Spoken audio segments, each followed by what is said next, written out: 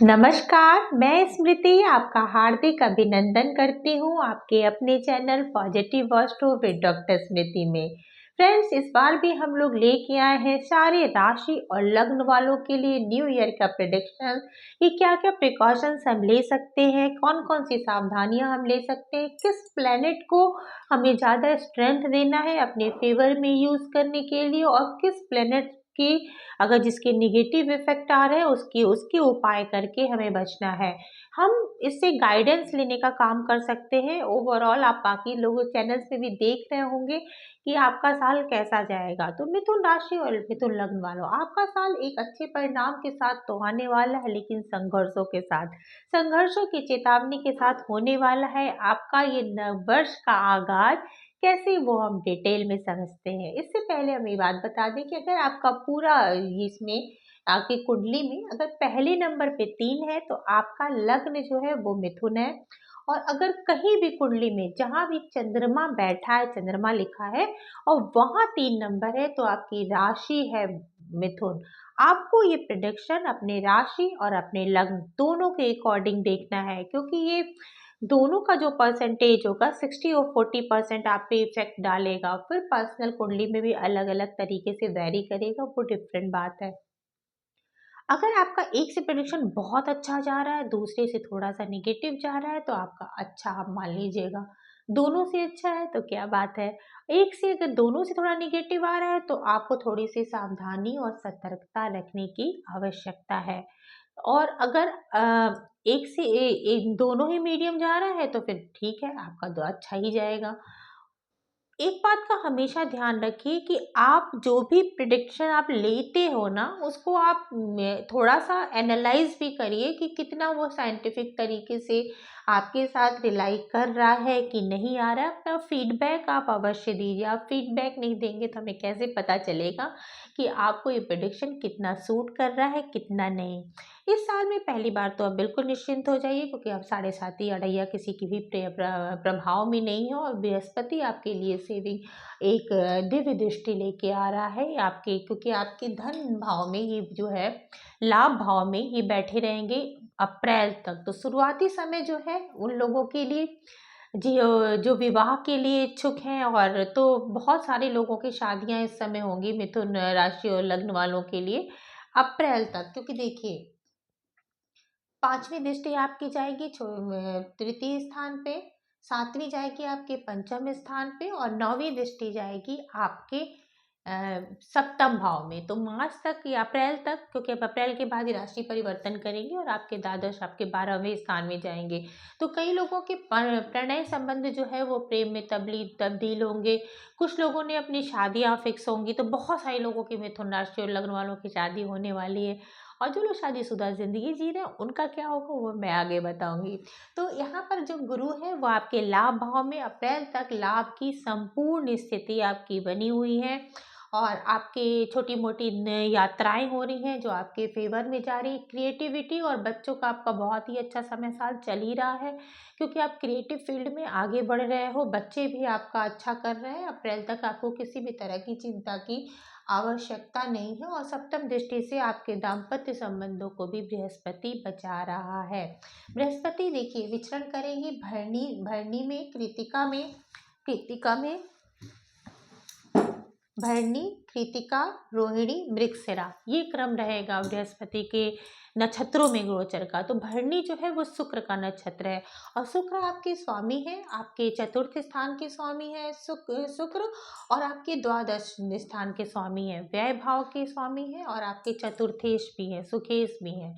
सो चतुर्थेश और सुखेश के नक्षत्र में होने के कारण दोनों ही भावों को ये आप पे प्रभाव डालेंगे। देखिए, पढ़नी थोड़ा सा कार्मिक है, तो नई शुरुआत का भी समय हो सकता है।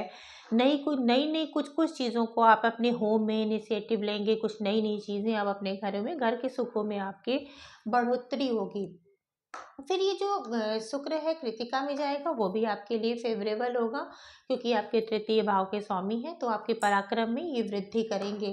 फिर ये रोहिणी और मृगशिरा में आएगा। तो रोहिणी में जो है वो चंद्रमा का नक्षत्र है, वो भी आपके लिए ठीक है, क्योंकि ये तीनों तीन जो है, भरणी नहीं, भरणी तो मेष में आता है, लेकिन ये कृतिका और रोहिणी, ये दोनों जो नक्षत्र आते हैं टॉरस में आते हैं, तो वो भी आपके लिए एवरेज प्रभाव देंगे। बहुत अच्छा तो नहीं कह सकते, लेकिन सबसे ज़्यादा आपको प्रिकॉशन किस में लेना है? आपको प्रिकॉशन लेना है जब ये मृगशिरा में आएंगे, जो कि मंगल का नक्षत्र है। तो थोड़ा सा उस समय आपको सावधानी रहने की आवश्यकता है, थोड़ा सचेत रहने की आवश्यकता है। ओवरऑल गुरु जो है, गुरु की उपासना पे विशेष बल दीजिए। अगर आपका काम अच्छे से चल रहा है तो अप्रैल तक तो गुरु को और बल प्रदान करिए, ताकि जो है आप उसका लाभ पूरी तरह से उठा सकें। आपको अपने अधीनस्थ लोगों से भी लाभ होगा, बॉसेस से, दोस्तों से, बड़े भाई बहनों से भी लाभ की स्थिति बनी हुई है अप्रैल तक। मई में स्थिति थोड़ी सी डिफरेंट हो जाएगी, क्योंकि देखिए बृहस्पति स्वामी कहाँ के हैं, तो आपके सप्तम स्थान के स्वामी हैं और आपके द्वादश स्थान के स्वामी हैं। तो कई लोगों के जब यह गुरु यहाँ पे रहेंगे, तो आपके लाइफ पार्टनर से भी आपको धन की लाभ होगा। लाइफ पार्टनर के भी बिजनेस या व्यापार, या फिर आपके बिजनेस पार्टनर से भी आपके संबंध अच्छे होंगे और आप प्रोग्रेस करोगे। लेकिन जब गुरु यहाँ पे चले जाएंगे, द्वादश स्थान पे स्वामी स्वामी में चले जाएंगे, तो अपने घर से ये गए छठे, अपने मूल त्रिकोण राशि से बृहस्पति जाएंगे छठे, और यहाँ से जाएंगे तीसरे। तो छठे और तीसरे का समय संबंध बनेगा, तो वहाँ पर थोड़ा सा आपको प्रिकॉशन जरूर लेना पड़ेगा, क्योंकि इससे पहले आप अप्रैल तक अपना बेसिक बड़े बड़े काम अपने निपटा दीजिए, क्योंकि यहाँ पे जब गुरु आएंगे तो आपके खर्चों में वृद्धि करेंगे। कुछ धार्मिक कार्यों में आप खर्च करोगे बहुत सारे, लेकिन कुछ मैं इसमें कुछ लोगों के लिए पॉजिटिव भी होगा इस तरह से कि कई कई लोग जो वीज़ा के लिए कोशिश कर रहे थे, स्टूडेंट वीज़ा चाह रहे थे या फिर फॉरेन में पढ़ने जा रहे थे, तो वहाँ पे उनके लिए बहुत ईजली उनका फॉरेन यूनिवर्सिटी में एडमिशन्स होंगे। और मई से, अप्रैल के से पहले नहीं, अप्रैल के बाद, तो मई से उनके फॉरेन यूनिवर्सिटीज़ में इनके एडमिशन होंगे और वो पढ़ने के लिए वहाँ जाएंगे, तो उस शुभ कार्य में भी इनका पैसा खर्च हो सकता है, वो उनके लिए पॉजिटिव होगा। जो लोग विदेश से जुड़े हैं, कोई एमएनसी से जुड़े हैं, तो वहाँ भी उनके लिए बेनिफिट रिजल्ट आएंगे। और कहाँ पे कुछ लोगों के लिए बीमारियों में खर्च दे सकते हैं, कुछ लोगों के लिए धार्मिक अनुष्ठान या घर में किसी धार्मिक यात्रा पे जाने के लिए भी इनका खर्चा हो सकता है। गुरु यहाँ से पांचवी दृष्टि अब यहाँ आ जाएंगे मई में, तो आपकी पांचवी दृष्टि से आपको आपके सुख भाव में वृद्धि करेंगे। यहाँ पर केतु हर्डल क्रिएट करेगा, जो कि मैं आगे चल के बताऊंगी। तो यहाँ पर आपके सुख भावों में वृद्धि करेंगे। तो कई लोग जो है अप्रैल के बाद मई से जो है वो हो सकता है कि नया कोई घर या नई गाड़ी परचेज करें। फिर सप्तम दृष्टि से यहाँ पे आपके छठे भाव पे डालेंगे, तो जो प्रतियोगी परीक्षाओं की तैयारी कर रहे हैं उनके लिए बेनिफिट होगा। शत्रुओं पे भी ठीक ठाक स्थिति बनी रहेगी। बृहस्पति की दृष्टि तो शुभ ही होती है, तो वो भी आपकी स्थिति बनी रहेगी, लेकिन आपको थोड़ा सा बीमारियों से थोड़ा सा बचने की आवश्यकता है। फिर नवीं दृष्टि जो इसकी जाएगी वो आपके अष्टम स्थान में जाएगी। तो अकस्मात ससुराल या फिर इनहेरिटेंस से अकस्मात कोई पैसा मिलना, या फिर LIC या किसी चीज़ से आपको पैसा मिलना, या फिर अचानक होने वाले शुभ काम भी आपके दिखा रहा है ये। और कुछ लोगों का अकल्ट में रिसर्च में होगा, तो उनके लिए भी हो सकता है कि वो नई नई चीज़ों का अनुसंधान करें, नया नया ज्ञान खोजें, और वो भी स्थिति उनके लिए बहुत ही पॉजिटिव बनी रहेगी। यहाँ पे गूढ़ विषयों में जो अध्ययन कर रहे हैं उनको गुरुदेव ज्ञान देंगे। फिर अगर ये स्थिति आपकी हम देखें सैटर्न की, तो सैटर्न जो है वर्ष पर्यंत आपके भाग्य स्थान में नवम स्थान में रहेंगे।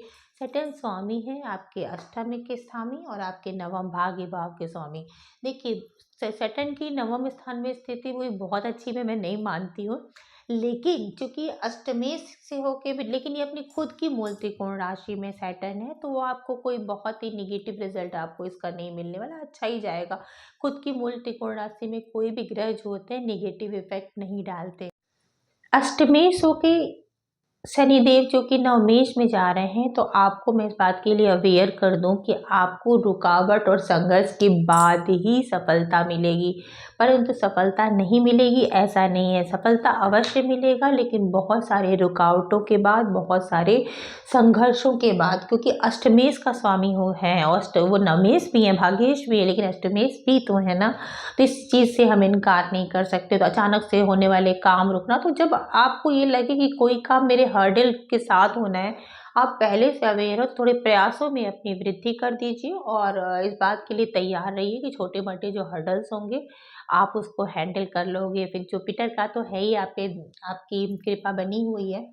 फिर देखिए यहाँ पे जो शनि देव हैं वो पूर्वा भाद्रपद में अप्रैल से सितंबर तक रहेंगे, फिर सतभिषा में आ जाएंगे 3 अक्टूबर से 27 दिसंबर से, फिर ये वक्री होके पूर्व भाद्रपद में आएंगे।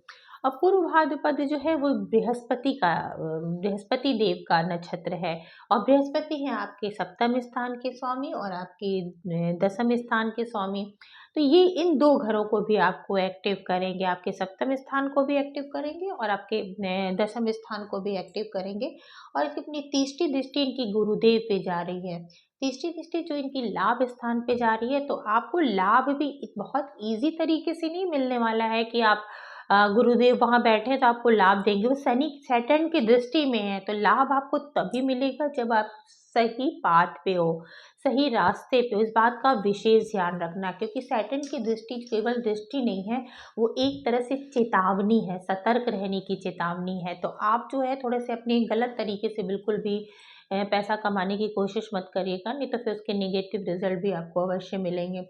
तो सैटर्न की दृष्टि से लाभ तो आपको मिलेगा, परंतु थोड़ा-सा रुक-रुक के मिलेगा, लेकिन मिलेगा अवश्य। फिर सप्तम दृष्टि से तृतीय स्थान को देख रहा है, तो छोटे भाई-बहनों से थोड़े-से संबंधों में थोड़ी-सी रूखापन बना रहेगा, जिसको आप मेंटेन करिएगा।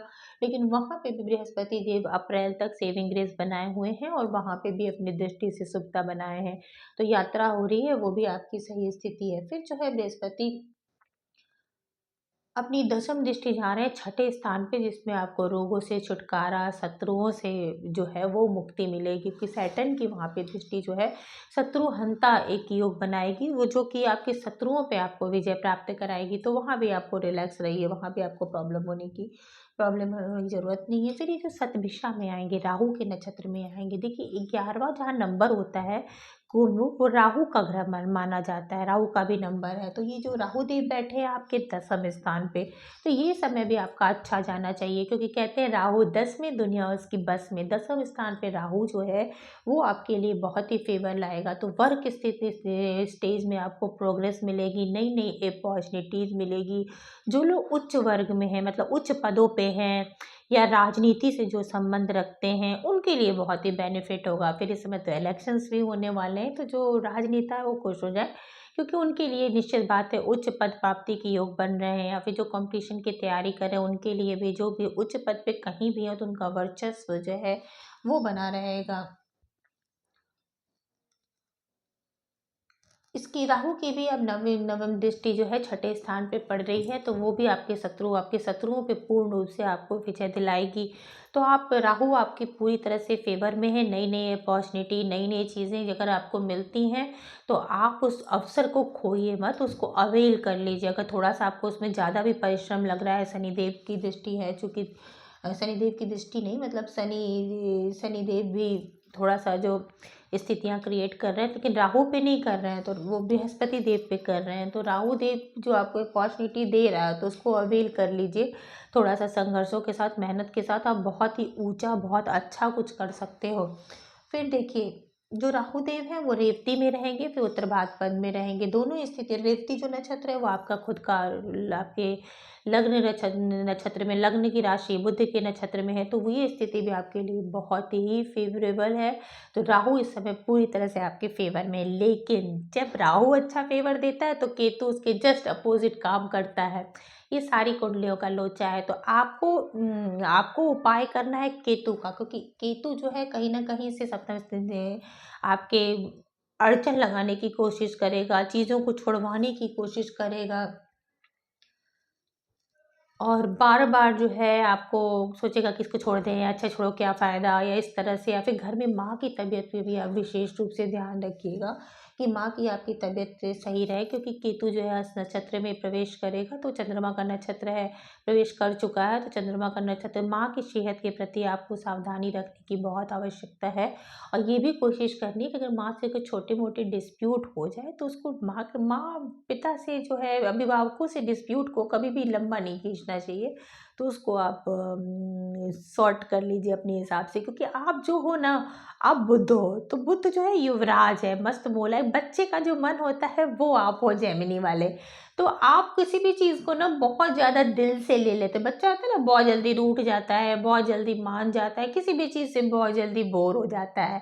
तो आपको इस प्रवृत्ति पे थोड़ा अंकुश रखना है। अगर अपनी जॉब व्यवसाय को तुरंत, जब तक कि बहुत अच्छा आपको नेक्स्ट अवसर ना मिले, तो आप कोशिश करिए कि आप उसको बिल्कुल छोड़िए मत। तो इस बात का विशेष रूप से ध्यान रखिएगा। राहु आपके फेवर में, केतु के लिए आप गणेश जी की उपासना कर सकते हैं। अगर आपके काम बहुत ज़्यादा अटक रहे हैं, बहुत ज़्यादा, तो एक उपाय है कि आप हर बुधवार को 3 लड्डू, सिर्फ 3 लड्डू लीजिए, गणेश जी को चढ़ाइए, और उसमें से 1 लड्डू गणेश जी को चढ़ा दीजिए और 2 चढ़ा के वापस लाके थोड़ा-सा अपने घर में सबको खिला दीजिए। थोड़ा-सा इतना सा चिड़ियों के रख लीजिए, थोड़ा-सा चींटियों के लिए कहीं डाल दीजिए। इस तरह से करिए, और आप देखिएगा, अगर आप 7 बुधवार ऐसा करते हैं, तो हो सकता है आपके अड़चनों में आपको मुक्ति मिल जाए या फिर मिल जाए। देखिए, उपाय जो होते हैं, आपकी कुंडली में प्रोमिसेस हैं कि नहीं, इस पे बहुत कुछ डिपेंड करता है। कहते हैं ना, कर्म अपना करिए, फल की इच्छा जो है ईश्वर पे आप छोड़ दीजिए। तो हमारे हाथ में सिर्फ कर्म है, तो हम सिर्फ कर्म ही करेंगे। ये इस तरह से राहु आपके लिए पक्ष में रहेंगे, केतु आपको थोड़े से हर्डल्स लाएंगे। अब हम लोग ये देख लेते हैं कि पूरे समय में, जो कि आपके लग्न के स्वामी है बुध, वहाँ पे आपको किस किस समय प्रिकॉशन लेने की आवश्यकता है, और कौन कौन का समय आपका अच्छा जाए। बुध को लेके जो आपका अच्छा समय है वो होगा, देखिए, 7 जनवरी से 11 फरवरी तक ये रहेंगे धनु में, जो कि आपके धनु में आएंगी और आपके लग्न में सीधे दृष्टि डालेंगे, तो वो आपके लिए अच्छा समय आएगा, अच्छा समय होगा। फिर ये होगा 14 से, देखिए एक चीज इसलिए भी अच्छा रहेगा कि ये देखिए कि ये बृहस्पति की दृष्टि में भी रहेंगे, इसलिए भी आपके लिए बहुत फेवर रहेगा कि यहाँ पे बुध है, और खुद जो बृहस्पति जो है वो खुद मूल त्रिकोण राशि को देख रहा है, तो ये आपके फेवर में जाएगा, ये समय आपके लिए अच्छा जाएगा। फिर जो है 14 से 29 जून मिथुन में रहेंगे, जो कि आपके खुद के उसमें रहेंगे, तो निश्चित है ये भी समय आपका अच्छा जाएगा। फिर जो है 23 सितंबर से 10 अक्टूबर ये कन्या में रहेंगे, जो कि कन्या भी इनकी खुद की बुद्धि की राशि है, तो यहाँ पे भी ये जो तिथियां हैं आपके फेवर में होंगी, जो आप इसके फेवर में यूज कर सकते हो। फिर ये जो कुछ डेट्स लिखे हुए हैं, जैसे 7 फरवरी से 11 मार्च तक, 4 अगस्त से, फिर 1 मई से, फिर 2 जून से 25 जून तक, ये जो कुछ डेट्स लिखे हुए हैं उसमें बुध अस्त होगा। देखिए, अस्त बुध जो होता है वो सूर्य से होता है, तो उसको मैं बहुत, क्योंकि कहते हैं बुध पे अस्त का दोष नहीं लगता, क्योंकि हमेशा सूर्य बुध जो है वो सबसे पास ही रहते हैं, एक दूसरे के पास ही रहते हैं, तो बहुत अस्त का दोष नहीं लगता। इसमें 2 तरह के विचार है, एक तो कहता है कि अस्त ग्रह जो होते हैं वो अपनी रश्मियां खत्म कर देते हो, मैं मानती हूँ कि किससे अस्त हुआ है, तो आपके पराक्रम स्थान के स्वामी से, अगर आपका लग्न का स्वामी और आपका चतुर्थे अस्त हो रहा है, तो आप अपने पराक्रम अपने के स्थान से स्वामी से अस्त हो रहा है, तो वो थोड़ा सा एवरेज ही मैं उसको मानूंगी। तो अस्त होने को आप बहुत उसमें नहीं मानते, क्योंकि बुध तो भाई विचरण करेगा, तो सूर्य उसके उसमें आएगा, तो अस्त होगा ही। साल में कुछ तिथियां ऐसी आएंगी, लेकिन फिर भी उसमें आपके काम उतनी तेजी से नहीं बनेंगे जितने में आपको, जो मैंने आपको फेवरेबल डेट बनाई है उसमें आपको देगी। ओवरऑल मैं आपके लिए अच्छा प्रेडिक्शन मानती हूँ। और एक बात का विशेष ध्यान रखिएगा, जब तक मंगल यहाँ पर है या फिर मृगशिरा में जब ये जाएगा, तो आप अपने दाम्पत्य संबंधों में थोड़ा सा मन मुटाव या लड़ाई झगड़े से बचिएगा, क्योंकि आपका जो पार्टनर आपके अपोजिट ही रहता है। आप जितने बच्चों जैसा मन रखते हो वो मैच्योर रखते हैं, क्योंकि दोनों में बहुत ही अंतर है, सोच में, आइडियोलॉजी में, देखने के तरीकों में, वो थोड़े रिजिड भी होते हैं, वो अपनी चीज़ बातों पे भी अड़े रहते हैं, आप आज कुछ कहते हो कल को भूल भी जाते हो, तो थोड़ा सा आप ध्यान रखिएगा इसलिए अपने दाम्पत्य संबंधों में। ओवरऑल मैं आपको कह सकती हूँ कि ये साल आपका अच्छा है, लेकिन संघर्ष तो आपको मिलेंगे, आप तैयार रहिए कि काम मेरे बनेंगे, बल्कि और कुछ अड़चनों के साथ। तो अपन जब भी ऐसी कुछ स्थिति आए तो अपने प्रयासों को बढ़ा दीजिएगा, और बुध का उपाय आप करिएगा। देखिए, आप कोशिश करिएगा कि आप ज़्यादा से ज़्यादा अपने घर में थोड़ी ग्रीनरी रख सकें। अगर घर में जगह कोई कम है, तो 2-4 गमले तो आप रख ही सकते हो, या फिर उसमें पौधों को पानी देना। अगर तभी भी कुछ ऐसी स्थितियाँ है कि आपके घर में आप नहीं रह सकते हो, बहुत छोटे फ्लैट्स हैं, धूप नहीं आ रहा है, तो आप कुछ समय कोशिश करिए, 15 मिनट, 20 मिनट, आधा घंटा, कि कभी ग्रीनरी में या प्रकृति में के पास आप थोड़े, प्रकृति के सानिध्य में आप थोड़े से रहो। और कोशिश ये भी करिएगा कि कभी भी आवेश में कोई डिसीज़न मत लीजिएगा, आवेश में कोई रिलेशन मत तोड़िएगा, क्योंकि रिलेशन बनने में थोड़ा समय लगता है, टूटने में बहुत कम समय लगता है। इस बात का ध्यान रखिएगा। और थोड़ा बच्चों का आपका मन है तो संघर्षों से आपको घबराना नहीं है, संघर्षों को पार करते हुए आपको बहुत आगे जाना है, क्योंकि आप बहुत ही इंटेलेक्ट राशि हो। आप बुद्धिमत्ता में आपका कोई शानी नहीं है, व्यवहार कौशल में आपका कोई शानी नहीं है, कम्युनिकेशन स्किल आपकी होती है ज़बरदस्त। तो अपनी पॉजिटिविटी पे ध्यान केंद्रित करिए और जो बाधाएं आती हैं उसको हंसते हंसते एक बच्चे की तरह पार करिए और बताइएगा कैसा आ रहा आपको मेरा वीडियो, अच्छा लगा कि नहीं। और अगर अच्छा लगा तो प्लीज़ लाइक करिएगा, शेयर करिएगा, सब्सक्राइब करिएगा और कोई क्वेरी होगी तो पूछिएगा। धन्यवाद।